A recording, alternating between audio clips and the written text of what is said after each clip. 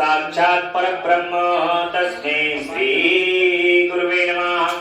अखंड मंडलाकारं व्याप्ति चराचरं तत्पदं दर्शितं देवं तानमामि गुरुदेव। बोल गुरु भगवान की जय। गजाननं भूतगणाधिसेवितं कपित्थजम्बूफलचारुभक्षणम् उमासुतं शोकविनाशकारिकं नमामि विघ्नेश्वर पादपङ्कजं। बोल गणपति गजानन भगवान की जय। सर्वमंगल मंगले शिवे सर्वार्थ साधिके शरण्ये त्र्यंबके गौरी नारायणी नमस्तुते। शरणागत दीनार्थ परित्राण परायणे सर्वशास्त्र हरे देवी नारायणी नमस्तुते। बोल जगदम्बा रानी की जय।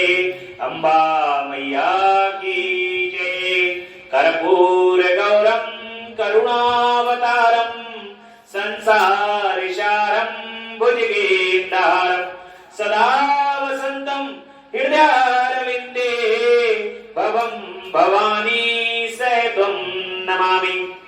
नागेन्द्रहाराय त्रिलोचनाय भस्मांगराय महेश्वराय नित्याय शुद्धाय दिगंबराय तस्मै नाकराय नमः शिवाय। ओम नमः शिवाय। ओम नमः शिवाय। ओम नमः शिवाय। बोले भूत भावन भगवान की जय। महामृत्युंजय भगवान की जय। ओम भगवान श्री गुरुदेव की असीम अनुकंपा से माता पिता के आशीर्वाद और आप सभी भक्तों के भाग्य के कारण प्रेम श्रद्धा विश्वास निष्ठा जगदम्बा अम्बा पराशक्ति और भगवान शिव की दसों दिशाओं से आने वाली कृपा के कारण ही भगवान की इस परम अमृतमयी कथा का आज 43वां दिवस है। आज आप सभी को भगवान की ये अमृतमयी कथा को कर्ण के माध्यम से सुनते सुनते 43 दिवस हो चुके हैं। 43 दिवस में आपने भगवान की कथा को बड़े प्रेम से श्रद्धा से और निष्ठा पूर्वक सुना है। भगवान ने इस कथा को सुनते हुए आप पर परम कृपा की है और ये परम कृपा के कारण ही आपको ये उनकी कथा को सुनने का सौभाग्य प्राप्त हुआ। अनेक भगवान के अवतार हो रहे हैं, जिसमें 12 कल्प में होने वाले शिव जी के प्रथम अवतार से लेकर नवम ऋषभ अवतार तक का आज वर्णन किया जाएगा। नंदीश्वर जी कहते हैं कि सर्वज्ञ सनत कुमार जी, एक बार रुद्र ने हर्षित होकर ब्रह्मा जी से शंकर के चरित्र का प्रेम पूर्वक वर्णन किया। वह चरित्र सदा परम सुखदायक है, उसे तुम श्रवण करो। वह चरित्र इस प्रकार है। शिव जी ने कहा था कि ब्रह्मा 12 कल्प के 7वें मनवंतर में संपूर्ण लोगों को प्रकाशित करने वाले भगवान कल्पेश्वर जो तुम्हारे प्रपौत्र हैं, वैवत्स से मनु के पुत्र होंगे। तब उस मनमंत्र की चतुर्योगिनियों के किसी द्वापर युग में मैं लोगों पर अनुग्रह करके तथा ब्राह्मणों का हित करने के लिए प्रकट होऊंगा।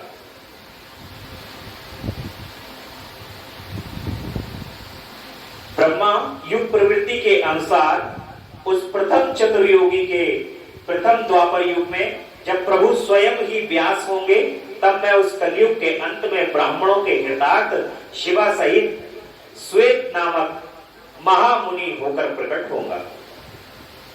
उस समय हिमालय के रमणीय शिखर छालक नामक पर्वत श्रेष्ठ पर मेरे शिखाधारी 4 शिष्य उत्पन्न होंगे। उनके नाम होंगे श्वेत, श्वेतसिक, श्वेताश्व और श्वेत लोहित। वे चारों ध्यान योग के आश्रय से मेरे नगर में जाएंगे।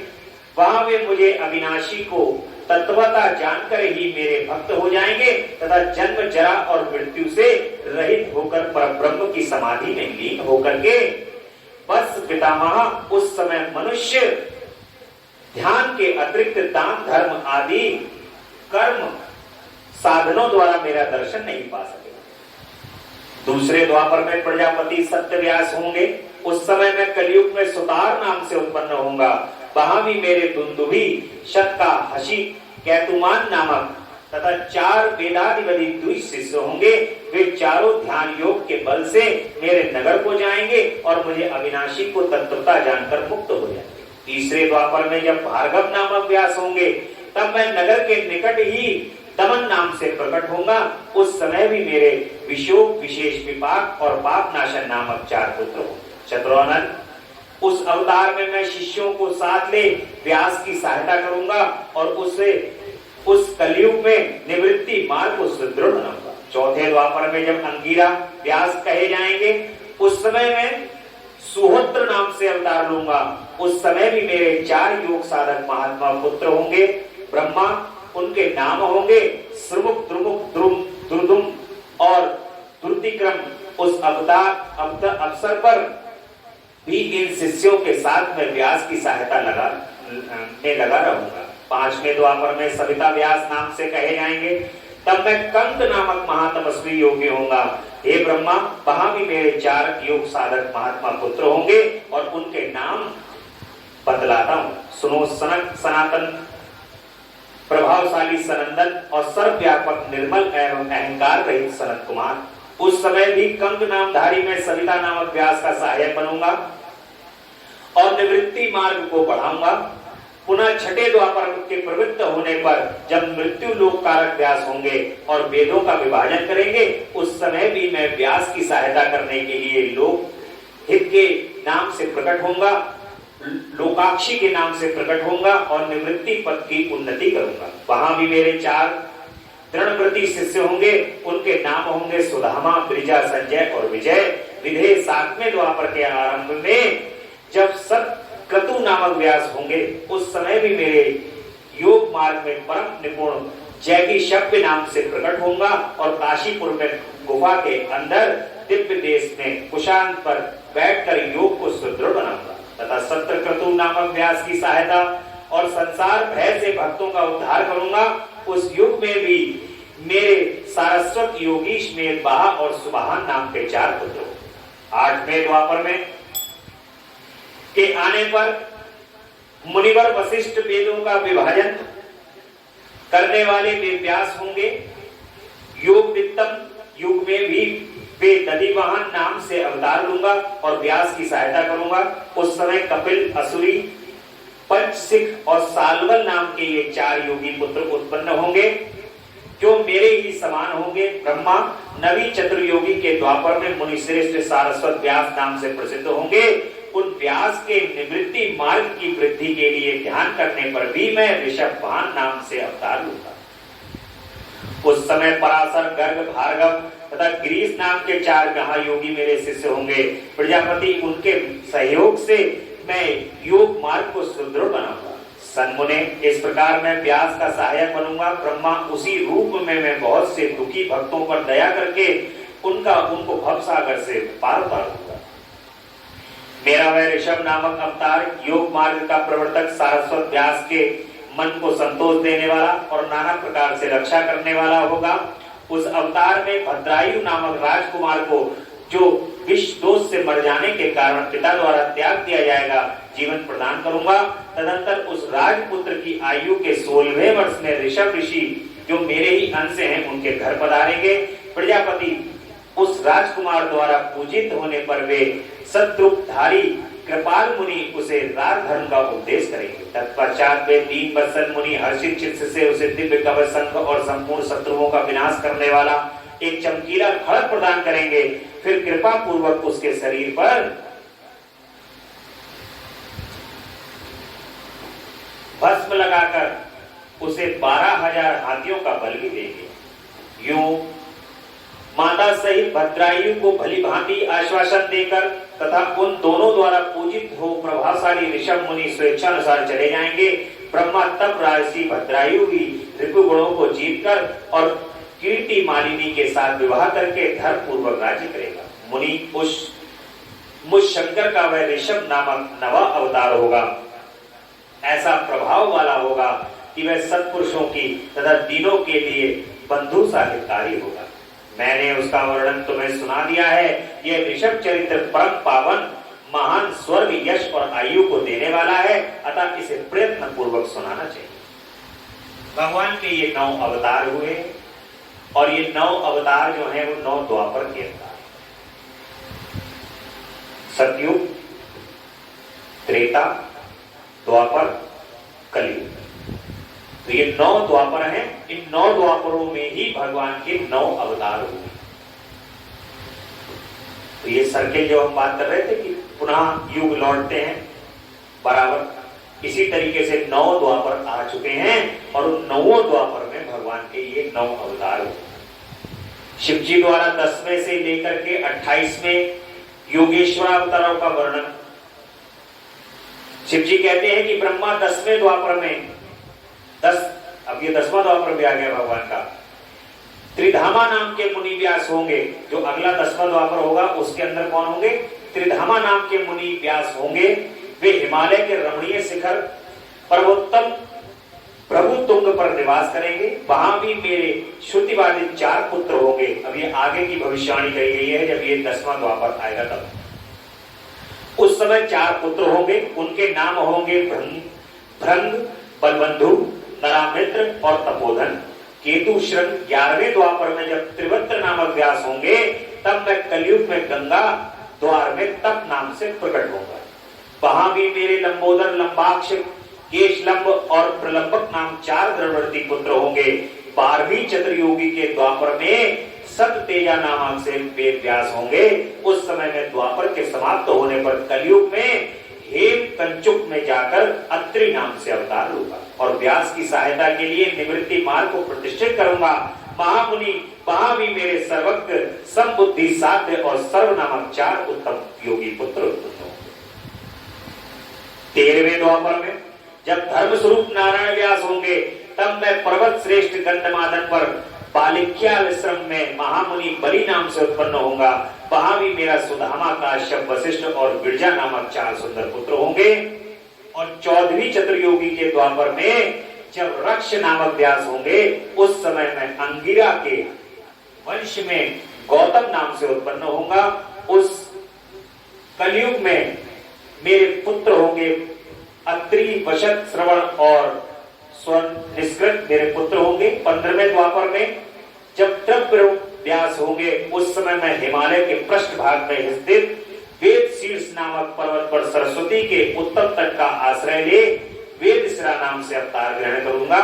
उस समय महापराक्रमी वेदश्री ही मेरा अस्त्र होगा तथा वहां भी मेरे 4 दृढ़ पराक्रमी पुत्र होंगे। उनके नाम कुड़ी, कुड़ी बाहु, कुशवीर और कुनेत्रक होंगे। 16वें द्वापर में जब व्यास का नाम देव होगा, तब मैं योग प्रदान करने के लिए परम पुण्य में गोकर्ण वर्ण में गोकर्ण नाम से प्रकट होगा।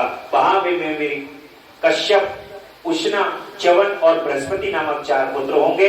वे जल के समान निर्मल और योगी होंगे तथा उसी के मार्ग के आश्रम में शिवलोक को प्राप्त हो जाएंगे। 17वीं चतुर्योगी के द्वापर युग में देवकृत चंद्र व्यास होंगे। उस समय में हिमालय के अत्यंत ऊंचे एवं रमणीय शिखर महालय पर्वत पर गुहावासी नाम से अवतार धारण करूंगा, क्योंकि हिमालय शिव क्षेत्र कहलाता है। वहीं उत्तष्ट, वामदेव, महयोग और महाबल नाम के मेरे 4 पुत्र उत्पन्न होंगे। 18वीं चतुर्योगी के द्वापर में जब ऋतज्ञ व्यास होंगे, तब मैं हिमालय के उस सुंदर शिखर पर जिनका नाम शिखंडी पर्वत है और वहां महान पुण्यमय सिद्ध क्षेत्र तथा सिद्धों द्वारा सेवित शिखंडी वन भी है, शिखंडी के नाम से उत्पन्न होगा। वहां भी वाचा, रिवा, रुचिका, श्यामस्य और यतीश्वर नाम मेरे 4 तपस्वी पुत्र होंगे। 19वें द्वापर में महामुनि भरद्वाज व्यास होंगे। उस समय भी मैं हिमालय के शिखर पर माली नाम से उत्पन्न होऊंगा और मेरे सिर पर लंबी लंबी जटाएं होंगी। वहां भी मेरे सागर से गंभीर स्वभाव वाले हिरण्य नामा, कौशल्य, लोकाक्षी और पृथ्वी नामक 4 पुत्र होंगे। 20वीं चतुर्युगी के द्वापर में होने वाला व्यास का नाम गौतम होगा।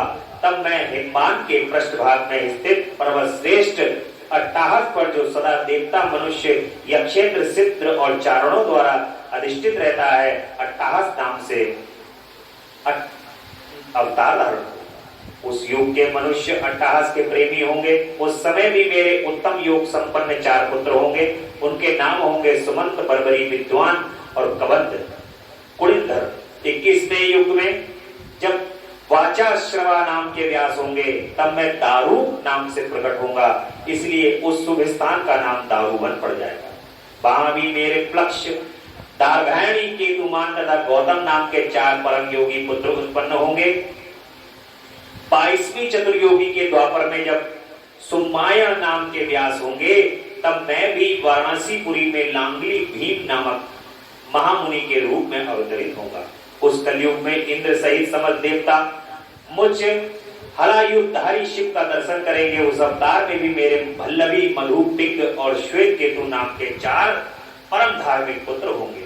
23वीं चतुर्योगी में जब तृणबिंदु मुनि व्यास होंगे, तब मैं सुंदर कालिंजर गिरी पर श्वेत नाम से प्रकट होऊंगा। वहां भी मेरे उशिक, प्रसाद, देवल और कवि नाम से प्रसिद्ध 4 तपस्वी पुत्र होंगे। 24वीं चतुर्योगी में जब ऐश्वर्यशाली यक्ष व्यास होंगे, तब उस युग में नैमिष क्षेत्र में शूली नामक महायोगी होकर उत्पन्न होगा। और उस युग में भी मेरे 4 तपस्वी शिष्य होंगे। उनके नाम होंगे शालिहोत्र, अग्निवेश और युम्नाश और सदृश। 25वें द्वापर में जब व्यास शक्ति नाम से प्रसिद्ध होंगे, तब मैं भी प्रभावशाली एवं दंडधारी महायोगी के रूप में प्रकट होगा। मेरा नाम मुंडीश्वर होगा। उस अवतार में भी छगल, कुंडकर्ण, कुंभांड और प्रवाहक मेरे तपस्वी शिष्य होंगे। और 26वें द्वापर में जब व्यास का नाम पराशर होगा, तब मैं भद्रभट्ट नाम से नगर में सहिष्णु नाम से अवतार होगा। उस समय भी उलूप, विद्युत, शंभु और आश्वालयन नाम से 4 तपस्वी शिष्य होंगे। 27वें द्वापर जब जातुकर्ण व्यास होंगे, तब मैं भी प्रभासी तीर्थ में सोम शर्मा नाम से प्रकट होऊंगा। वहां भी अक्षपात, कुमार, उलूक और वत्स नाम से प्रसिद्ध मेरे 4 तपस्वी शिष्य होंगे। और 28वें द्वापर में जब मैं भगवान श्रीहरि पराशर के पुत्र के रूप में द्रौपायन नाम से व्यास होंगे, तब पुरुषोत्तम श्री कृष्ण अपने छठे अंश से वसुदेव के श्रेष्ठ पुत्र के रूप में उत्पन्न होकर वसुदेव कहलाएंगे। उसी समय योगात्मा मैं भी लोगों को आश्चर्य में डालने के लिए योग माया के प्रभाव से ब्रह्मचारी का शरीर धारण करके प्रकट होऊंगा। फिर शमशान भूमि में मृतक रूप से पड़े हुए अभिच्छन्न शरीर को देखकर मैं ब्राह्मणों के हित साधन के लिए योग माया के आश्रय से उसमें घुस जाऊंगा और फिर तुम्हारे तथा विष्णु के साथ मेरुगिरी की पुण्यमयी दिव्य गुहा में प्रवेश करूंगा। हे ब्रह्मा, वहां मेरा नाम लकुली होगा। इस प्रकार मेरा यह कायावतार उत्कृष्ट सिद्ध क्षेत्र कहलाएगा और यह जब तक पृथ्वी कायम रहेगी तब तक लोक में परम विख्यात रहेगा। उस अवतार में भी मेरे 4 तपस्वी शिष्य होंगे। उनके नाम कुशिक, गर्ग, मित्र और पौरुष्य होंगे। वे वेदों के पराक्रमी ऊर्ध्वरेता ब्राह्मण योगी होंगे और माहेश्वर योग को प्राप्त करके शिवलोक को चले जाएंगे। उत्तम व्रत का पालन करने वाले मुनियों, इस प्रकार परमात्मा शिव ने व्यवस्थित मनवंतर के सभी चतुर्योगियों के योगेश्वर अवतारों का सम्यक रूप से वर्णन किया था। विभोग 28 व्यास क्रमतः एक एक करके प्रत्येक द्वापर में होंगे और योगेश्वर अवतार प्रत्येक कलयुग के प्रारंभ की प्रत्येक योगेश्वर अवतार के साथ उनके 4 अविनाशी शिष्य भी होंगे, जो महान शिव भक्त और योग मार्ग की वृद्धि करने वाले होंगे। इन पशुपति के शिष्यों के शरीर पर भस्म रहेगी, ललाट त्रिपुंड से सुशोभित रहेंगे और रुद्राक्ष की माला ही इनका आभूषण होगी। ये सभी शिष्य धर्मपरायण, वेद वेदांत के पराक्रमी, और विद्वान और सदा 12 भीतर से लिंगार्चन में तत्पर रहने वाले होंगे। ये शिव जी में भक्ति रखकर योग पूर्वक ध्यान से निष्ठा रखने वाले और जितेंद्रिय होंगे। विद्वानों ने इनकी संख्या 112 बतलाई है। इस प्रकार मैंने 28 युगों के क्रम से सुन ले कृष्णावतार वर्णन पर्यंत सभी अवतारों के लक्षणों का वर्णन कर लिया। जब श्रुति समूहों का वेदांत के रूप में प्रयोग होगा तब उस कल्प में कृष्णोद्यपायन व्यास होंगे, जो महेश्वर ने ब्रह्मा जी पर अनुग्रह करके योगेश्वर अवतारों का वर्णन किया और फिर वे देवेश्वर उनकी ओर दृष्टिपात करके वही अंतर ध्यान हो। इस प्रकार से भगवान के ये अवतारों में 28 द्वापर के अंदर 28 व्यास उत्पन्न हुए हैं और उन व्यासों के कलयुग के प्रारंभ में 28 कलयुग हुए हैं और उन 28 कलयुगों में 4 उनके पुत्र उत्पन्न हुए। ये क्रम जो है वो लगातार चल रहा है। भगवान की लीला जो है वो लगातार चल रही है इसी प्रकार से, और भगवान श्री कृष्ण की लीला भी इसके अंदर उद्धृत है और लगातार उनकी लीला इसी प्रकार से होती रहती है। अब भगवान के बड़े सुंदर अवतार का वर्णन यहां पर हो रहा है। नंदीश्वर अवतार का यहां पर वर्णन भगवान, यहां तक 42 अवतारों का वर्णन किया गया। अब नंदीश्वर अवतार का वर्णन किया जाता है। सनत कुमार ने पूछा, प्रभु आप महादेव के अंश से उत्पन्न होकर पीछे शिव को कैसे प्राप्त हुए? वह सारा वृतांत मैं सुनना चाहता हूं, उसे वर्णन करने की कृपा करते हैं। नंदीश्वर कहते हैं कि सर्वज्ञ सनत कुमार जी, मैं जिस प्रकार महादेव के अंश से जन्म लेकर शिव को प्राप्त हुआ उस प्रसंग का वर्णन करता हूं, तुम सावधानी पूर्वक इसका श्रवण करो। शिलाद नामक एक धर्मात्मा मुनि थे। पितरों के आदेश से उन्होंने अयोनिज सुब्रत मृत्युहीन पुत्र की प्राप्ति के लिए तप करके देवेश्वर इंद्र को प्रसन्न किया, परंतु देवराज इंद्र ने ऐसा पुत्र प्रदान करने में अपने को असमर्थ बताकर सर्वेश्वर महाशक्ति संपन्न महादेव की आराधना करने का उपदेश दिया। अब जो ये शिलाद नामक धर्मात्मा मुनि थे, इन्होंने तपस्या की घोर कि मेरे ऐसे पुत्र की उत्पत्ति हो जिस पुत्र की कभी मृत्यु ना हो, और इन्होंने इंद्र की उपासना की। जब इंद्र प्रकट हुए तो उन्होंने कहा कि भाई ये वरदान देना मेरे बस की बात नहीं है, इस वरदान को देने की क्षमता तो भगवान शिव के पास है। भगवान महामृत्युंजय यदि प्रसन्न हो जाएं तो वो अजर अमर गुण निधि कर दें। इसलिए जो है भगवान जो है शिव की आप उपासना कीजिए, आराधना करने का उपदेश दिया जाता है। तब शिलाद भगवान महादेव को प्रसन्न करने के लिए तप करने लगते हैं। उनके तप से प्रसन्न होकर महादेव वहां पधारे और महासमाधि मग्न शिलाद को थपथपा कर उठाया। भगवान प्रसन्न हो गए और समाधि में जो लीन हो गए थे शिलाद, उनको उठाते हैं और तब शिलाद ने भगवान शिव का बड़ा स्तुति की, स्तंभन किया भगवान का, और भगवान शिव का सिर के उन्हें वर देने को प्रस्तुत होने पर उनसे कहा कि प्रभु, जब भगवान शिव प्रसन्न हो गए तो उन्होंने कहा कि प्रभु मैं आपके ही समान मृत्युहीन अयोनिज पुत्र चाहता हूं, जैसे आप हैं मैं वैसा ही पुत्र चाहता हूं कि वो भी जो है। अब अमर कौन है?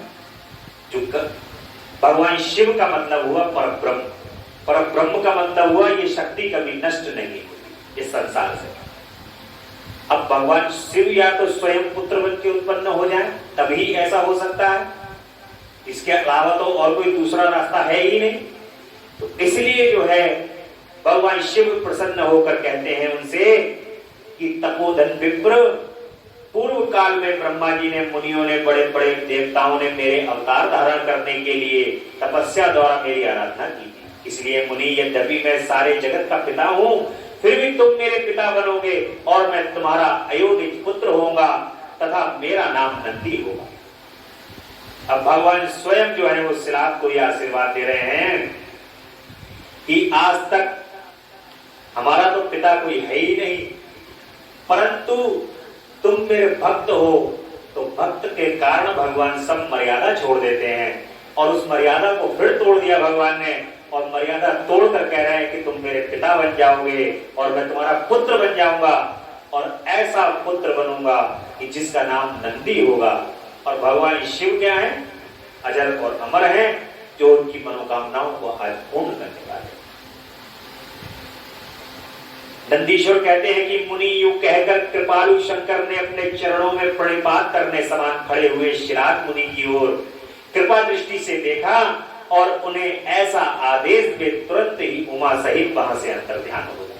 भगवान अंतर्ध्यान हो गए और महादेव जी के चले जाने के पश्चात महामुनि शिराद ने अपने आश्रम में आकर ऋषियों से वह सारा वृतांत कह सुनाया। कुछ समय बीत जाने के बाद जब यज्ञ वेताओं ने श्रेष्ठ मेरे पिताजी यज्ञ करने के लिए यज्ञ श्रेष्ठ क्षेत्र को जोत रहे थे, उसी समय में शंभु की आज्ञा से यज्ञ के पूर्व ही उनके शरीर में उत्पन्न हो गया। उस समय मेरी प्रभा युगांतकालीन अग्नि के समान थी। तब सारी दिशाओं में प्रसन्नता छाई थी और शिलाद मुनि की भी बड़ी प्रशंसा हुई। उधर शिलाद ने भी जब मुझ बालक को प्रयत्नकालीन सूर्य और अग्नि के सदृश प्रभावशाली त्रिनेत्र चतुर्भुज प्रकाशमान जटा मुकुटधारी त्रिशूल आदि आयुधों से युक्त सर्वदा रुद्र रूप में देखा, तब वे महान आनंद में निमग्न हो गए। क्योंकि नंदी भगवान का जो अवतार है वो भगवान शिव का ही अवतार है, तो भगवान शिव ने जो है वो अपने पिता को चतुर्भुज रूप में दर्शन दे करके और त्रिशूल प्रक्षाल त्रिपुंड बनाए हुए भगवान जो है वो वहां पर दर्शन देते हैं।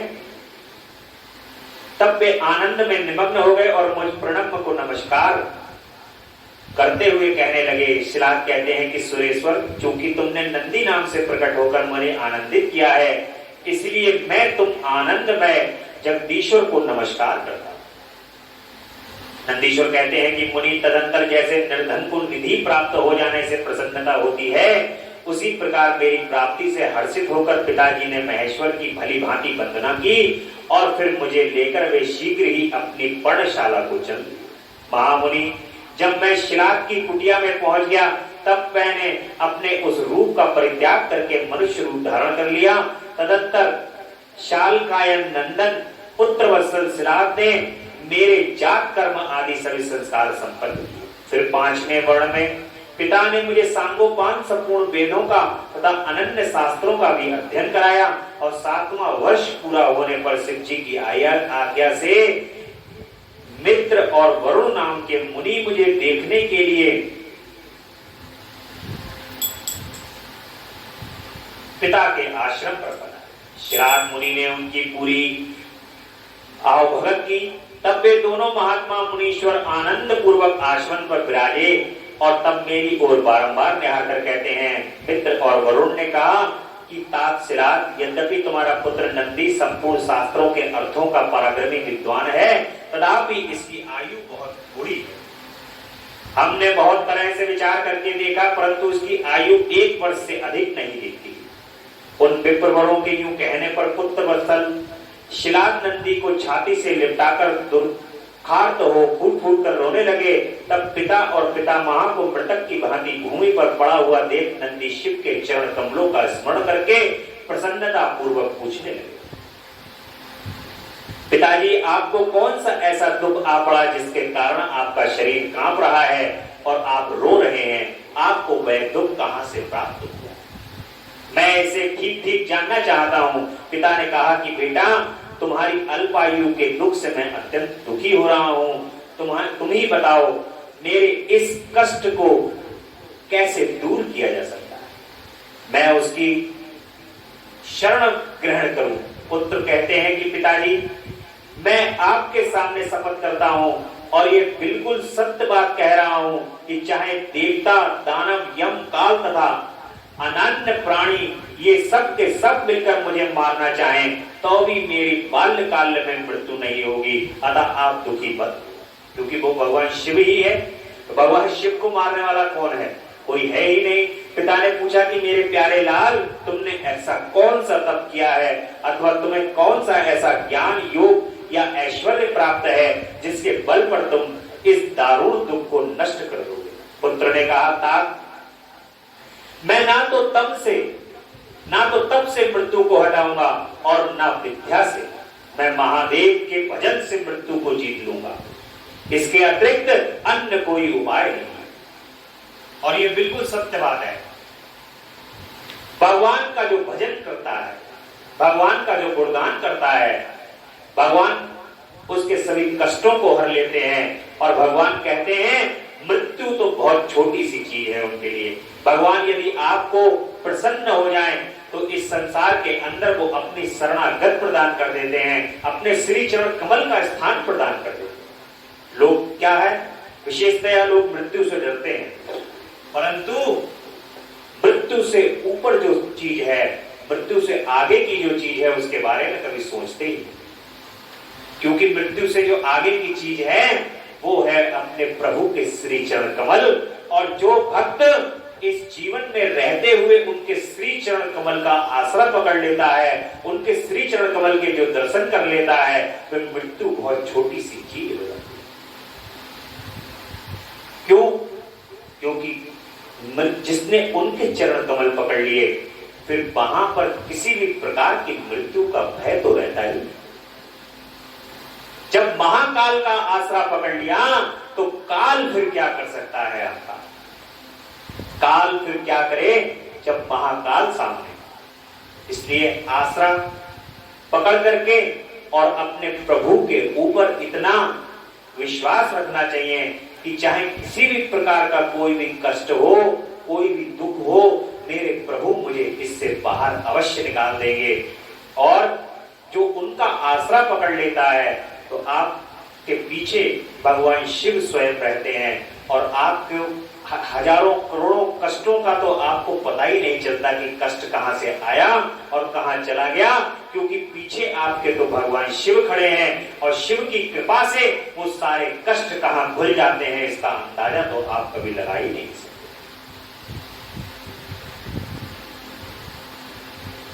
इसलिए हे प्रभु,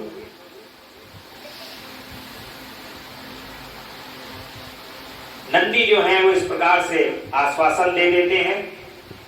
पुत्र ने कहा, तात, ना तो मैं भगवान के भजन से ही अपनी मृत्यु को जीत लूंगा, इसके अतिरिक्त अन्य कोई उपाय नहीं है।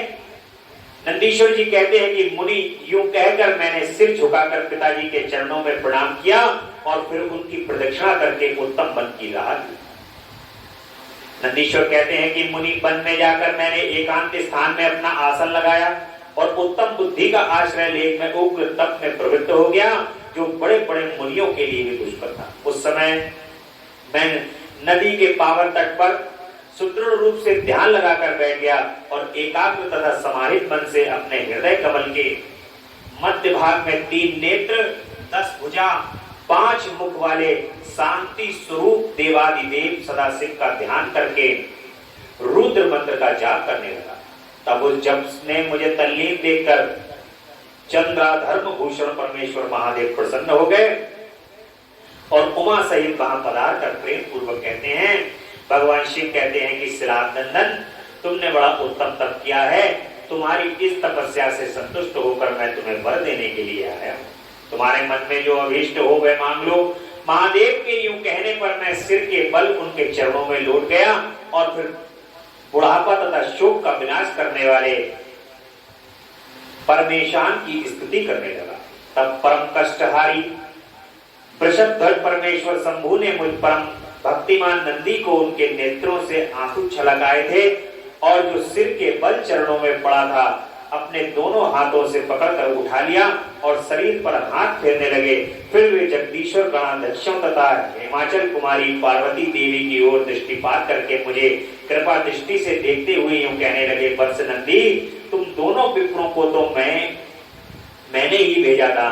महाप्राज्ञ, तुम्हें मृत्यु का भय कहां? तुम तो मेरे ही समान हो, इनमें तनिक भी कोई संशय नहीं है। तुम अजर अमर दुख रहित अव्यय और अक्षय होकर सदा गणनायक बने रहोगे। तथा पिता और सुहृद वर्ग सहित मेरे प्रियजन होगे। तुम में मेरे ही समान बल होगा। तुम नित्य मेरे पार्श्व भाग में स्थित रहोगे और तुम पर निरंतर मेरा प्रेम बना रहेगा। मेरी कृपा से जन्म जरा और मृत्यु तुम पर अपना प्रभाव नहीं डाल सकेगी। नंदी से कहते हैं कि वो जो दोनों ब्राह्मण लोग वहां पहुंचे थे तुम्हारे यहां पर, उनको मैंने ही भेजा था। नंदीश्वर कहते हैं कि मुनि, यूं कह करके कृपा सागर शंभु ने कमलों की बनी हुई अपनी शिरोमाला को उतार कर तुरंत ही मेरे गले में डाल दिया और विप्रवर उस शुभ माला के गले में पड़ते ही मैं 3 नेत्र और 10 भुजाओं से संपन्न हो गया तथा द्वितीय शंकर सा प्रतीत हो गया। तदंतर परमेश्वर शिव ने मेरा हाथ पकड़कर पूछा कि बताओ अब तुम्हें कौन सा उत्तम वर दूं। फिर उन वृषभध्वज ने अपनी जटा में स्थित हार के समान निर्मल जल को हाथ में ले तुम नदी हो जाओ यूं कहकर उसे छोड़ दिया। तब वह जल उत्तम ढंग से बहने वाली स्वच्छ जल से परिपूर्ण महान वेगशालिनी दिव्य रूप 5 सुंदर नदियों के रूप में परिवर्तित। उनके नाम है जटोदला, त्रिश्रोत्रा, वृषध्वजनी, स्वर्णोदका और जम्बू नदी। मुने ये पंच नद शिव के पृष्ठभाग की भांति परम शुभ है। महेश्वर के निकट इनका नाम लेने से ये परम पावन हो जाता है। जो मनुष्य पंच नद पर जाकर स्नान और जप करके परमेश्वर शिव का पूजन करता है वह शिवायुज्य को प्राप्त होता है, इसमें संशय नहीं है। तत्पश्चात शंभु ने उमा से कहा कि अव्यवे मैं नंदी का अभिषेक करके इसे गणाध्यक्ष बनाना चाहता हूं। भगवान कह रहे हैं कि मैं इसको गणाध्यक्ष बनाना चाहता हूं, इसका अभिषेक करना चाहता हूं। इस विषय में तुम्हारी क्या राय है? माता जी से कहते हैं तो मां कहती है कि देवेश आप नंदी को गणाध्यक्ष पद प्रदान कर सकते हैं क्योंकि परमेश्वर ये शिलाद नंदन मेरे लिए पुत्र सरीखा है, इसलिए नाथ ये मुझे बहुत ही प्यारा है। तदंतर भक्त वत्सल भगवान शंकर ने अपने अतुलित बलशाली गणों को बनाकर उनसे कहा कि गणनायकों तुम सब लोग मेरी एक आज्ञा का पालन करो। यह मेरा प्रिय पुत्र नंदीश्वर सभी गणनायकों का अध्यक्ष और गणों का नेता है, इसलिए तुम सब लोग मिलकर इसका मेरे गणों के अधिपति पद पर प्रेम पूर्वक अभिषेक करो। भगवान उनको नंदी जी को उनका सबको गणों का अध्यक्ष बना देते हैं और आज से ये नंदीश्वर तुम लोगों का स्वामी है। कहते हैं ये जितने गण हैं भगवान के, कहते हैं कि ये नंदी तुम्हारी सबका स्वामी है। नंदी की बात मानो, सब काम नंदी के हिसाब से करो। नंदीश्वर जी कहते हैं कि मुनि शंकर जी के इस प्रकार कथन पर सभी गणनायकों ने एवमस्तु कहकर उसे स्वीकार किया और वे सामग्री जुटाने में लग गए। फिर सब देवताओं और मुनियों ने मिलकर मेरा अभिषेक किया। तदंतर मरुतों की मनोहारिणी दिव्य कन्या सुयसा से मेरा भगवान शिव ने विवाह करा दिया। उस समय मुझे बहुत सी दिव्य वस्तुएं मिली। महामुनि इस प्रकार विवाह करके मैंने अपनी उस पत्नी के साथ शंभु, शिवा, ब्रह्मा और श्री हरि के चरणों में प्रणाम किया। तब त्रिलोकेश्वरी भक्त वत्सल भगवान शिव पत्नी सहित मुझे परम प्रेम पूर्वक कहते हैं। भगवान शिव कहते हैं कि सत्पुत्र ये तुम्हारी प्रिया सुयसा और तुम मेरी बात सुनो। तुम मुझे परम प्रिय हो, अतः मैं स्नेह पूर्वक तुम्हें मनोवांछित बल प्रदान करूंगा। कनेश्वर नंदीश देवी पार्वती सहित मैं तुम पर सदा संतुष्ट हूँ, इसलिए वत्स तुम मेरा उत्तम वचन श्रवण करो। तुम मेरे अटूट प्रेमी, विशिष्ट, परम ऐश्वर्य संपन्न, महायोगी, महान, धनुर्धरी, अजय, सबको जीतने वाले, महाबली और सदा पूज्य होगे। जहां मैं रहूंगा वहीं तुम्हारी स्थिति होगी।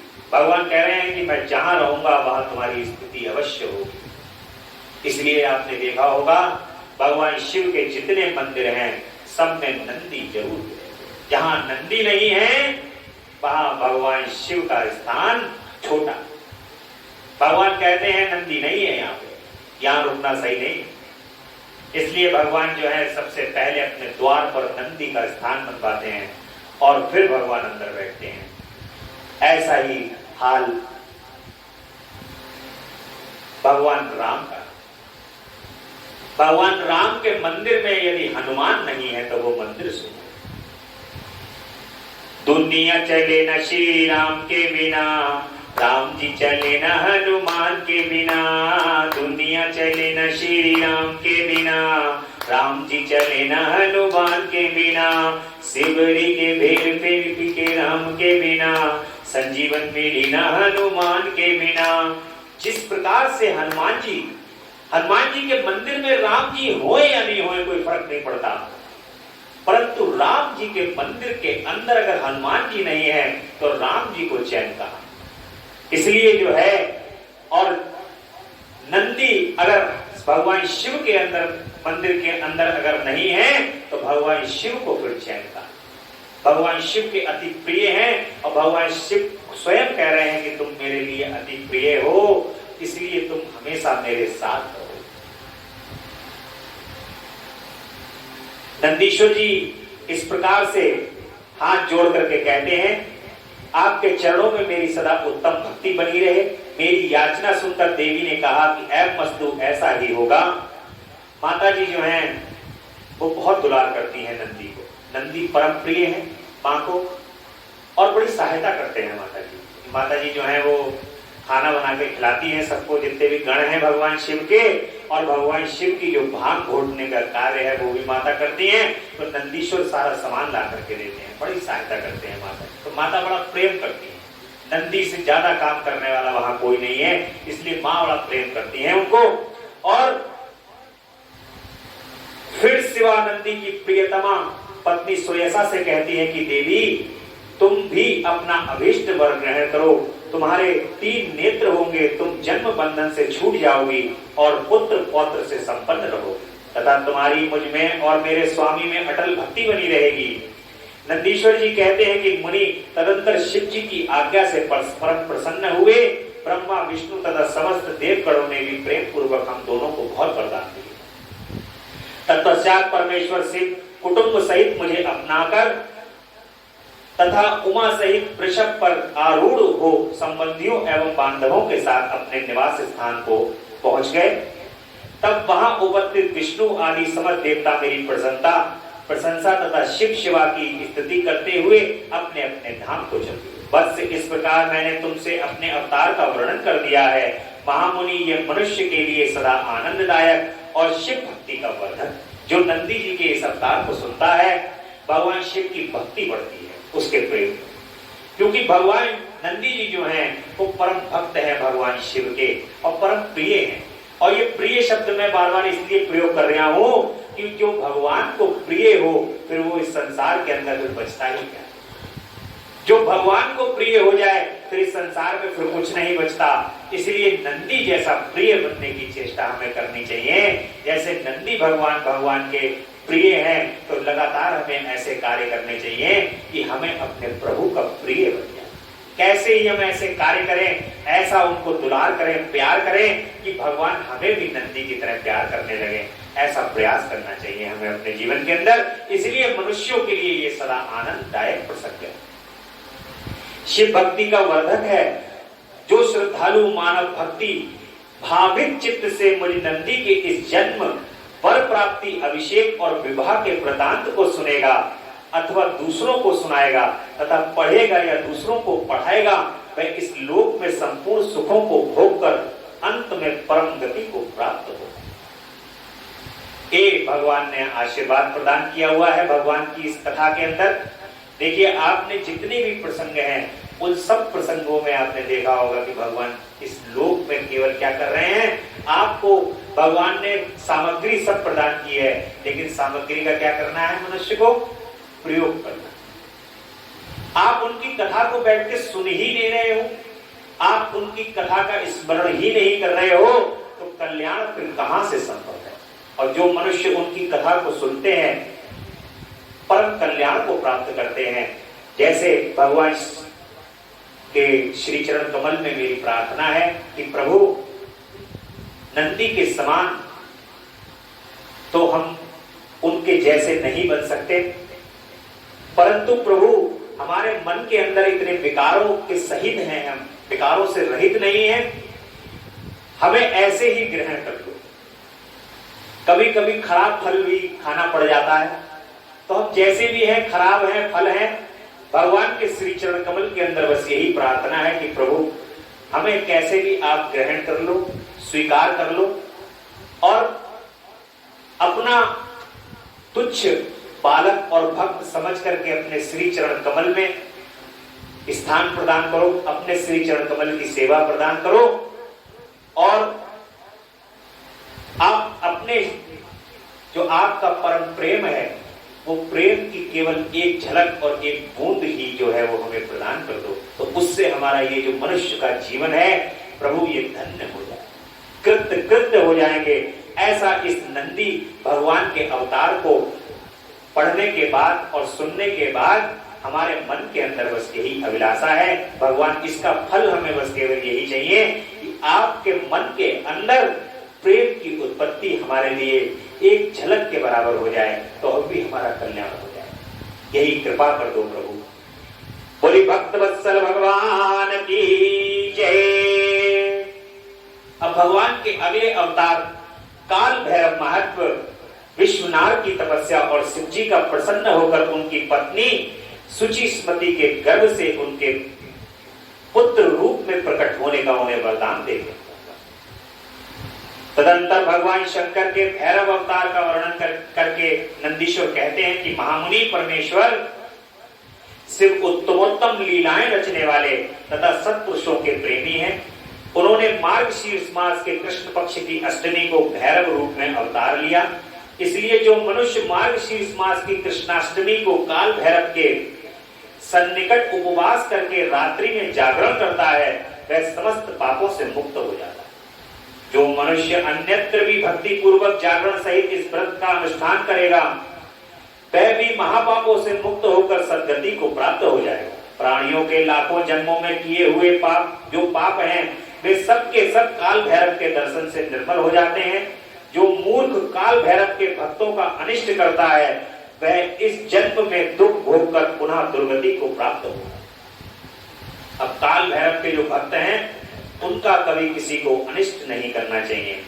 बड़े मस्त रहने वाले काल भैरव के भक्त होते हैं, उनको संसार से कोई मतलब नहीं होता और उनका कभी किसी को अनिष्ट नहीं करना चाहिए। बड़े से तो बड़ा अलग रहते हैं परंतु उनका अनिष्ट नहीं करना चाहिए। तो भगवान कह रहे हैं कि काल भैरव की भक्ति महान जो भक्ति नहीं करते हैं विश्वनाथ के जो दुर्गति को प्राप्त होते हैं उन्हें महान दुख की प्राप्ति होती है। काशी में तो इनका विशेष प्रभाव पड़ता है। जो काशी में जाकर के काल भैरव के दर्शन नहीं करता है भगवान शिव उसके दर्शनों को स्वीकार नहीं करते। इसलिए काशी में जाकर के काल भैरव के दर्शन अवश्य करने चाहिए। जो मनुष्य वाराणसी में निवास करके काल भैरव का भजन नहीं करता है उसके पाप शुक्ल पक्ष के चंद्रमा की भांति पड़ते रहते। जो काशी में प्रत्येक भौमवार की कृष्णाष्टमी के दिन कालराज का भजन पूजन नहीं करता उसका पुण्य कृष्ण पक्ष के चंद्रमा के समान क्षीण हो जाता। तदंतर नंदीश्वर ने वीरभद्र तथा सर्वभावतार का वरदान सुनकर कहा कि ब्रह्मपुत्र भगवान शिव जिस प्रकार प्रसन्न होकर विश्वनाथ मुनि के घर अवतीर्ण हुए थे उसी शशि मौली के उस चरित्र को तुम प्रेम पूर्वक श्रवण करो। उस समय में तेज की निधि अग्नि रूप सर्वात्मा परम प्रभु शिव अग्निलोक के अधिपति रूप से गृहपति नाम से अवतीर्ण हुए थे। पूर्व काल की बात है कि नर्मदा के रमणीय तट पर नरपुर नाम का एक नगर था। उसी नगर में विश्वनाथ नाम के एक मुनि निवास करते थे। उनका नाम शांडिल्य गोत्र में हुआ था। उनका जन्म शांडिल्य गोत्र में हुआ था। वे परम पावन पुण्यात्मा शिव भक्त ब्रह्म तेज के निधि और जितेंद्रिय थे। ब्रह्मचर्य आश्रम में उनकी बड़ी निष्ठा थी। वे सदा ब्रह्म यज्ञ में तत्पर रहते थे। फिर उन्होंने सुचिस्मति नाम की एक सद्गुणवती कन्या से विवाह कर लिया और वे ब्राह्मणोचित कर्म करते हुए देवता तथा पितरों को प्रिय लगने वाला जीवन बिताने लगे। इस प्रकार जब बहुत सा समय व्यतीत हो गया तब उन ब्राह्मण की भार्या सुचिस्मति जो उत्तम व्रत का पालन करने वाली थी अपने पति से कहती हैं कि प्राणनाथ स्त्रियों के योग्य जितने आनंद प्रद भोग हैं उन सबको मैंने आपकी कृपा से आपके साथ रहकर भोग लिया, परंतु नाथ मेरे हृदय में एक लालसा चिरकाल से वर्तमान है और वह गृहस्थों के लिए उचित भी है, उसे आप पूर्ण करने की कृपा करें। स्वामी यदि मैं वर पाने के योग्य हूँ और आप मुझे वर देना चाहते हैं तो मुझे महेश्वर शरी का पुत्र प्रदान। भगवान शिव के समान मुझे पुत्र प्रदान कीजिए। ऐसा सुशिष्मति जो है वो अपने पति से कहने लगी। इसके अतिरिक्त मैं दूसरा वर नहीं चाहती। नंदीश्वर जी कहते हैं कि मुनि पत्नी की बात सुनकर पवित्र व्रतपरायण ब्राह्मण विश्वनाथ क्षण भर के लिए समाधिस्थ हो गए और हृदय में विचार करने लगे, अहो मेरी इस शुभांक्षी पत्नी ने कैसा अत्यंत दुर्लभ वर मांगा है, ये तो मेरे मनोरथ पथ से बहुत दूर है। अच्छा, शिव जी तो सब कुछ करने में समर्थ हैं, ऐसा प्रतीत होता है मानो उन शंभु ने ही इसके मुख में बैठकर वाणी के रूप में ऐसी बात कही, अन्यथा दूसरा कौन ऐसा करने में समर्थ हो सकता है।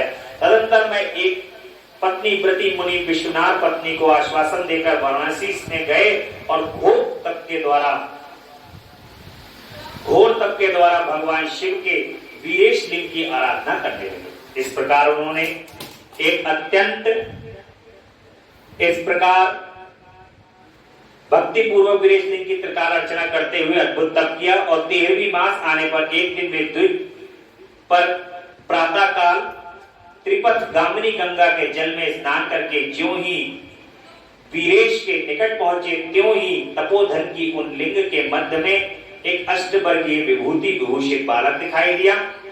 उस नग्न शिशु के नेत्र कानों तक फैले हुए थे, होठों पर गहरी लालिमा छाई हुई थी, मस्तक पर पीले रंग की सुंदर जटा सुशोभित थी और मुख पर हंसी खेल रही थी। वह शैव्योचित अलंकार और चिता भस्म धारण किए हुए था तथा अपनी लीला से हंसता हुआ श्रुति सूक्तों का पाठ कर रहा था तथा बालक को देखकर विश्वनाथ मुनि कृतार्थ हो गए और आनंद के कारण उनका शरीर रोमांचित हो उठा तथा बारंबार नमस्कार है यूं उनका हृदयोद्गार फूट पड़ा। फिर वे अभिलाषा पूर्ण करने वाले 8 पदों द्वारा बाल रूपधारी परमानंद स्वरूप शंभु का स्तंभन करते हुए कहते हैं, विश्वनाथ कहते हैं, भगवान आप ही एकमात्र अद्वितीय ब्रह्म है, ये सारा जगत आपका ही स्वरूप है, यहाँ अनेक कुछ भी नहीं है, ये बिल्कुल सत्य है। एकमात्र रुद्र के अतिरिक्त दूसरे किसी को सत्ता नहीं है, इसलिए मैं आप महेश की शरण ग्रहण करता हूँ। शंभु आप ही सबके कर्ता धर्ता हैं तथा जैसे आत्म धर्म एक होते हुए भी अनेक रूप में दिखता है, उसी प्रकार आप भी एक रूप होकर नाना रूपों में व्याप्त हो, फिर भी आप रूप रहित हैं, इसलिए आप ईश्वर के अतिरिक्त मैं किसी दूसरे की शरण नहीं ले सकता। जैसे रज्जू में सर्प, सीपी में चांदी और मृग मरीचि में जल प्रवाह का भान मिथ्या है, उसी प्रकार जिसे जान लेने पर विश्व प्रपंच मिथ्या भासित होता है, उन महेश्वर की मैं शरण लेता हूँ। शंभु जल में जो शीतलता, अग्नि में दहाकता, सूर्य में गर्मी, चंद्रमा में आहतकारिता, पुष्पों में गंध और दुग्ध में घी वर्तमान है, वह आपका ही स्वरूप है, अतः मैं आपकी शरण हूं। आप कान रहित होकर शब्द सुनते हैं, नासिका विहीन होकर सुनते हैं, पैर ना होने पर भी दूर तक चले जाते हैं, नेत्रहीन होकर सब कुछ देखते हैं और जिह्वा रहित होकर भी समस्त रसों के ज्ञाता हैं। भला आपको सम्यक रूप से कौन जान सकता है, इसलिए मैं आपकी शरण में जाता हूँ। ईश आपके रहस्यों को न तो साक्षात वेद ही जानता है, न विष्णु न अखिल विश्व के विधाता, न योगींद्र और न इंद्र आदि प्रधान देवताओं को ही इसका पता है, परंतु आपका भक्त उसे जान लेता है, अतः मैं आपकी शरण ग्रहण करता हूँ। ईश ना तो आपका कोई गोत्र है, न जन्म है, न नाम है, न रूप है, न शील है और न देश है, ऐसा होने पर मैं आप त्रिलोकी के अधीश्वर तथा संपूर्ण कामनाओं को पूर्ण करने वाले हैं, इसलिए मैं आपका भजन करता हूँ। इस प्रकारे आप सर्वस्वरूप हैं, यह सारा विश्व प्रपंच आपसे ही प्रकट हुआ है। आप गौरी के प्राणनाथ दिगंबर और परम शांत हैं, बाल युवा और वृद्ध रूप में आप ही वर्तमान हैं। ऐसी कौन सी वस्तु है जिससे आप व्याप्त ना हो, अतः मैं आपके चरणों में नतमस्तक। नंदीश्वर कहते हैं कि मुनि यूं स्तुति कर विप्रवर विश्वनाथ हाथ जोड़कर भूमि पर गिरना ही चाहते थे, तब तक संपूर्ण वृद्धों और वृद्ध की बाल रूपधारी शिव परम हर्षित होकर उन भूदेव से कहते हैं, कि बाल रूपी शिव भगवान कहते हैं कि मुनि श्रेष्ठ विश्वनाथ, तुमने आज मुझे संतुष्ट कर दिया है भूदेव, मेरा मन पर प्रसन्न हो गया है, अतः अब तुम उत्तम वर मांग लो। यह सुनकर मुनि श्रेष्ठ विश्वनाथ कृत हो गए और उनका मन हर्ष मग्न हो गया। तब वे उठकर बाल रूपधारी शंकर जी से कहते हैं, विश्वनाथ, प्रभावशाली महेश्वर, आप तो सर्वात्मा ऐश्वर्य संपन्न सर्व तथा भक्तों को सब कुछ दे डालने वाले हैं, भला आप सर्वज्ञ से कौन सी बात छिपी है? फिर भी आप मुझे दीनता प्रकट करने वाली याचा के प्रति आकृष्ट होने के लिए क्यों कह रहे हैं? महेशान, ऐसा जानकर आपकी जैसी इच्छा है वैसा कीजिए। नंदीश्वर कहते हैं कि मुनि, पवित्र व्रत में तत्पर विश्वनाथ के उस वचन को सुनकर पावन शिशु रूपधारी महादेव हंसकर सुचि से बोलते हैं कि सुचे, तुमने अपने हृदय में अपनी पत्नी सुचिस्मति के प्रति जो अभिलाषा कर रखी है वो वह निसंदेह थोड़े ही समय में पूर्ण हो जाएगी। महामते, मैं सुचिस्मति के गर्भ से तुम्हारा पुत्र होकर प्रकट होऊंगा, मेरा नाम गृहपति होगा, मैं परम पावन तथा समस्त देवताओं के लिए प्रिय होऊंगा। जो मनुष्य 1 वर्ष तक शिव जी के सन्निकट तुम्हारे द्वारा कथित इस पुण्य में अभिलाषक स्तोत्र का तीनों काल पाठ करेगा, उसकी सारी अभिलाषाएं ये पूर्ण कर देगा। इस स्तोत्र का पाठ पुत्र पौत्र और धन का प्रदाता, सर्वदा शांति कारक, सारी विपत्तियों का विनाशक, स्वर्ग और मोक्ष रूप संपत्ति का कर्ता तथा समस्त कामनाओं को पूर्ण करने वाला है। निसंदेह यह अकेला ही समस्त स्तोत्रों के समान है। नंदीश्वर जी कहते हैं कि मुनि, इतना कहकर बाल रूपधारी शंभु जो सत्पुरुषों की गति है अंतर्ध्यान हो गए। तब विप्रवर विश्वनाथ भी प्रसन्न मन से अपने घर को लौट गए।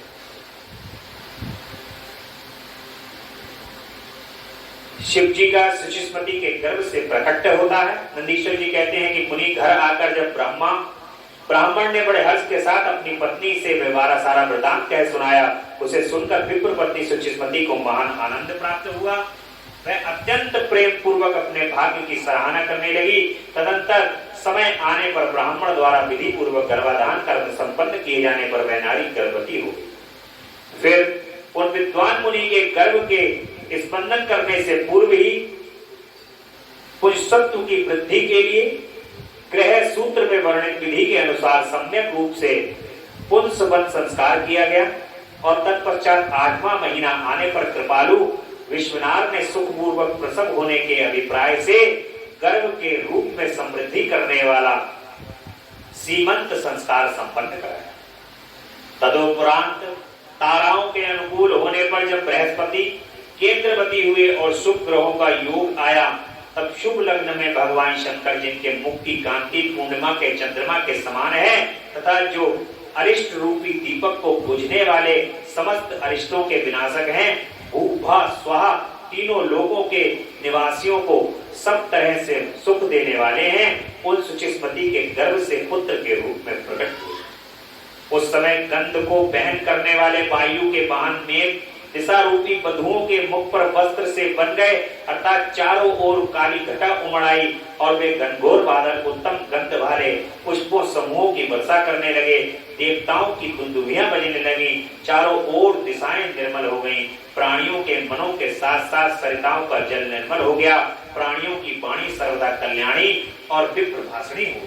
संपूर्ण प्रसिद्ध ऋषि मुनि तथा देवता यक्ष किन्नर विद्यावर आदि मंगल द्रव्य ले लेकर पधारने लगे।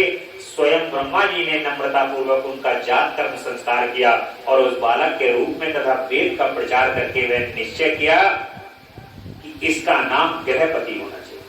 फिर 11वें दिन उन्होंने नामकरण की विधि के अनुसार वेद मंत्रों का उच्चारण करते हुए उनका गृहपति ऐसा नामकरण किया। तत्पश्चात उनके पितामह ब्रह्मा चारों वेदों में कथित आशीर्वादात्मक मंत्रों द्वारा उसका अभिनंदन करके हंस पर आरूढ़ हो अपने लोक को चले गए। तदुपरांत शंकर भी लौकिक गति का आश्रय ले उमा के साथ उस बालक की बुद्धि रक्षा का विधान करके अपने वाहन पर चढ़कर अपने धाम को पधार गए। इसी प्रकार श्री हरि भी अपने लोक की राह पे चले गए।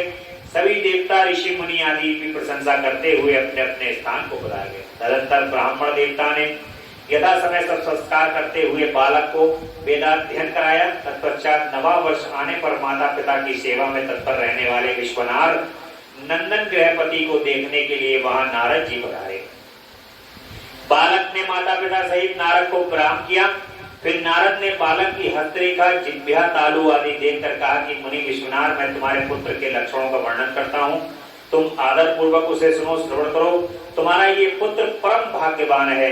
इसके संपूर्ण अंगों के लक्षण शुभ हैं, किंतु इसके सर्वगुण संपन्न संपूर्ण शुभ लक्षणों से संबंधित और चंद्रमा के समान संपूर्ण निर्मल कलाओं से सुशोभित होने पर भी विधाता ही इसकी रक्षा करेगा। इसलिए सब तरह के उपयोगों द्वारा इस शिशु की रक्षा करनी चाहिए, क्योंकि विधाता के विपरीत होने पर गुण भी दोष हो जाता है। मुझे शंका है कि इसके 12वें वर्ष पर इस पर बिजली अथवा अग्नि द्वारा विघ्न आएगा।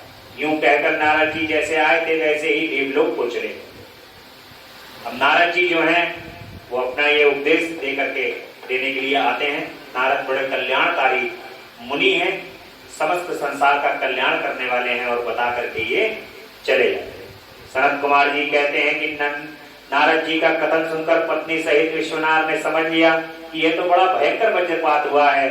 फिर वे हाय में सारा मारा गया यूं कहकर छाती पीटने लगे और पुत्र शोक से व्याकुल होकर के गहरी मूर्छा के वशीभूत हो गए। उधर सुचिस्मती भी दुख से पीड़ित थी। अत्यंत ऊंचे स्वर में हाहाकार करती हुई दाढ़ मार कर रो पड़ी। उसकी सारी इंद्रियां अत्यंत व्याकुल हो उठी। तब वे पत्नी के आंतरनाद को सुनकर विश्वनाथ भी मूर्छा त्याग कर उठ बैठे और ये क्या है, क्या हुआ, और उच्च स्वर से बोलते हुए कहने लगे कि गृहपति, जो मेरा बाहर विचरने वाला प्राण, मेरा सारी इंद्रियों का स्वामी तथा मेरे अंतरात्मा में निवास करने वाला है, कहाँ है? तब माता पिता को इस प्रकार अत्यंत शोकग्रस्त देखकर शंकर के अंश से उत्पन्न हुआ वह बालक गृहपति मुस्कुराकर कहता है कि माता जी तथा पिताजी, बताइए इस समय आप लोगों के रोने का क्या कारण है? किस लिए आप लोग फूट फूट कर रो रहे हैं? कहां से ऐसा भय आप लोगों को प्राप्त हुआ है? यदि मैं आपकी चरण रेणु से अपने शरीर की रक्षा कर लूं तो मुझ पर काल भी अपना प्रभाव नहीं डाल सकता। फिर भी इस तुच्छ, चंचल एवं अल्प बल वाली मृत्यु की तो आप बात ही क्या करते हैं? माता पिता, जब आप लोग मेरी प्रतिज्ञा सुनिए, यदि मैं आप लोगों का पुत्र हूं तो ऐसा प्रयत्न करूंगा जिससे मृत्यु भी भयभीत हो जाए। मैं सत्पुरुषों को सब कुछ दे डालने वाला सर्वज्ञ प्रतिज्ञा की भलीभांति आराधना करके महाकाल को भी जीत लूंगा। यह मैं आप लोगों से बिल्कुल सत्य कह रहा हूं। नंदीश्वर कहते हैं कि मुनि, तब वे द्विज संपत्ति जो शोक से संतप्त हो रहे थे, गृहपति के ऐसे वचन जो अकाल में हुई अमृत की घनघोर वृष्टि के समान थे, सुनकर संताप रहित कहने लगे, बेटा, संताप रहित होकर के कहने लगे कि बेटा, तुम उन शिव जी की शरण में जाओ जो ब्रह्मा आदि के भी कर्ता मेघवान और अपनी महिमा को कभी च्युत न होने वाले और विश्व की रक्षा मणि। नंदीश्वर कहते हैं कि मुनि, माता पिता की आज्ञा पाकर के गृहपति ने उनके चरणों में प्रणाम किया। फिर उनकी प्रदक्षिणा करके और उन्हें बहुत सारी तरह के आश्वासन दिए पहुंच गए जो ब्रह्मा और नारायण आदि देवों के लिए भी दुष्प्रयाय है। महाप्रलय के संतापक, विनाश करने वाले और विश्वनाथ द्वारा सुरक्षित हुई गंगा से सुशोभित तथा विचित्र गुणशालिनी हरिपत्नी गिरिजा से विभूषित थी। वहां पहुंचकर वे विप्रवर पहले मणिकर्णिका पर गए। वहां उन्होंने विधि पूर्वक स्नान करके भगवान विश्वनाथ का दर्शन किया। फिर बुद्धिमान गृहपति ने परमानंद मग्न हो त्रिलोकी के प्राणियों की प्राण रक्षा करने वाले शिव को प्रणाम किया। उस समय उनकी अंजलि बंधी थी और सिर झुका हुआ था। वे बारंबार उस शिवलिंग की ओर देखकर हृदय से हर्षित हो रहे थे और ये सोच रहे थे कि यह लिंग निसंदेह स्पष्ट रूप से आनंद कंद ही है। अहो, आज मुझे जो सर्वव्यापी श्रीमान विश्वनाथ का दर्शन हुआ, इसलिए इस चराचर त्रिलोकी में मुझसे बढ़कर धन्यवाद का पात्र दूसरा कोई नहीं है। जान पड़ता है मेरा भाग्योदय होने से ही उन दिनों में महर्षि नारद ने आकर वैसी बात कही थी जिसके कारण आज मैं कृतकृत हो रहा हूँ। नंदीश्वर कहते हैं कि मुनि, इस प्रकार आनंदामृत रूपी रसों द्वारा पारण करके गृहपति ने शुभ दिन में सर्वहितकारी शिवलिंग की स्थापना की और पवित्र गंगा जल से भरे हुए 108 कलशों द्वारा शिव जी को स्नान कराकर ऐसे घोर नियमों को स्वीकार किया जो अज्ञातात्मा पुरुषों के लिए दुष्कर थे। नारद जी इस प्रकार एकमात्र शिव में मन लगाकर तपस्या करते हुए उस महात्मा गृहपति की आयु का 1 वर्ष व्यतीत हो गया। तब जन्म से 12वां वर्ष आने पर नारद जी के कहे हुए उस वचन को सत्य सा करते हुए वज्रधारी इंद्र उसके निकट पधारे और बोले कि विप्रवर, मैं इंद्र हूं और तुम्हारे शुभ से प्रसन्न होकर आया हूं। अब तुम वर मांगो, मैं तुम्हारी मनोवांछा हूं। तब गृहपति ने कहा कि मधुवन, मैं जानता हूं आप वज्रधारी इंद्र हैं, परंतु व्रत शस्त्रों मैं आपसे वर याचना करना नहीं चाहता। मेरे वरदायक तो शंकर जी ही। इंद्र कहते हैं कि शिशो, शंकर मुझसे भिन्न थोड़े ही हैं। अरे मैं देवराज हूं, अतः तुम अपनी मूर्खता का परित्याग करके वर मांग लो और देर मत करो। गृहपति ने कहा कि पाक शासन, आप अहिल्या का सतीत्व नष्ट करने वाले दुराचारी पर्वत शत्रु ही है ना? आप बताइए, क्योंकि मैं पशुपति के अतिरिक्त किसी अन्य देव के सामने स्पष्ट रूप से प्रार्थना नहीं कर चाहता। नंदीश्वर कहते हैं कि मुनि, गृहपति के उस वचन को सुनकर इंद्र के नेत्र क्रोध से लाल हो गए। वे अपने भयंकर वज्र को उठाकर उस बालक को डराने धमकाने लगे। तब बिजली की ज्वालाओं से व्याप्त उस वज्र को देखकर बालक गृहपति को नारद के वाक्य स्मरण हो आए और फिर तो वे भय से व्याकुल होकर मूर्छित हो गया। तदंतर आज्ञानंधकारकों को दूर भगाने वाले गौरीपति शंभु वहां प्रकट हो गए और अपने हस्त स्पर्श से उसे जीवन दान देते हुए बोले कि बस उठ उठ, तेरा कल्याण हो। तब रात्रि के समय मूंदे हुए कमल की तरह उसके नेत्र कमल खुल गए और उसने उठकर अपने सामने सैकड़ों सूर्यों से भी अधिक प्रकाशमान शंभु को उपस्थित देखा। भगवान आ जाते हैं इंद्र से रक्षा करने के लिए और उनके ललाट में तीसरा नेत्र चमक रहा था, गले में नीला चिन्ह था, ध्वजा पर वृषभ का स्वरूप दिख रहा था। वामांग में माता थी, गिरिजा देवी विराजमान थी और मस्तक चंद्रमा से शोभित था। बड़ी बड़ी जटाओं में उनकी अद्भुत शोभा हो रही थी। वे अपने आयु त्रिशूल और आजगब धनुष धारण किए हुए थे। कपूर के समान गौरवर्ण का शरीर अपनी शोभा प्रभा बिखेर रहा था। वे गज चर्म लपेटे हुए थे। उन्हें देखकर शास्त्र कथित लक्षणों तथा गुरु वचनों से जब गृहपति ने समझ लिया कि ये महादेव ही हैं, तब हर्ष के मारे उनके नेत्र में आंसू छलक आए। गला जो है वो रुंध गया और शरीर रोमांचित हो उठा। क्षण भर तक अपने आप को भूलकर चित्रकूट एवं त्रिपुत्र पर्वत की भांति निश्चल खड़े हो गए। जब वे स्तंभन करने लगे, नमस्कार अथवा कुछ भी कहने में समर्थ ना हो सके, तब भगवान शिव मुस्कुरा करके कहते हैं कि गृहपति, जान पड़ता है तुम वज्रधारी इंद्र से डर गए। वत्स, तुम भयभीत मत हो, क्योंकि मेरे भक्त पर इंद्र और वज्र की कौन कहे, यमराज भी अपना प्रभाव नहीं डाल सकता। ये तो मैंने तुम्हारी परीक्षा ली है और मैंने ही तुम्हें इंद्र रूप धारण करके डराया है। भद्र, अब मैं तुम्हें वर देता हूं, आज से तुम अग्निपथ के भागी होगे। तुम समस्त देवताओं के लिए वरदाता बनोगे। अग्नि, तुम समस्त प्राणियों के सुंदर जठराग्नि के रूप में विचरण करोगे। तुम्हें दिक्पाल रूप से धर्मराज और इंद्र के मध्य में राज्य की प्राप्ति होगी। तो दिक्पाल है, भगवान ने दिक्पाल बना दिया उनको और कहा कि इंद्र के राज्य की प्राप्ति होगी। तुम्हारे द्वारा स्थापित ये शिवलिंग तुम्हारे नाम पर अग्निश्वर नाम से प्रसिद्ध होगा। ये सब प्रकार के तेजों की वृद्धि करने वाला होगा। जो लोग इस अग्निश्वर लिंग के भक्त होंगे, उन्हें बिजली और अग्नि का भय नहीं रहेगा। जिनको अग्नि और बिजली से भय रहता है, कुंडली में ऐसे ग्रह पड़े हुए होते हैं जहां पर बिजली और अग्नि से उनको जीवन में भय रहता है, वो भगवान अग्निश्वर की तपस्या करें, अग्निश्वर की पूजा करें, उनके दर्शन करें जाकर, तो उनको भय नहीं है।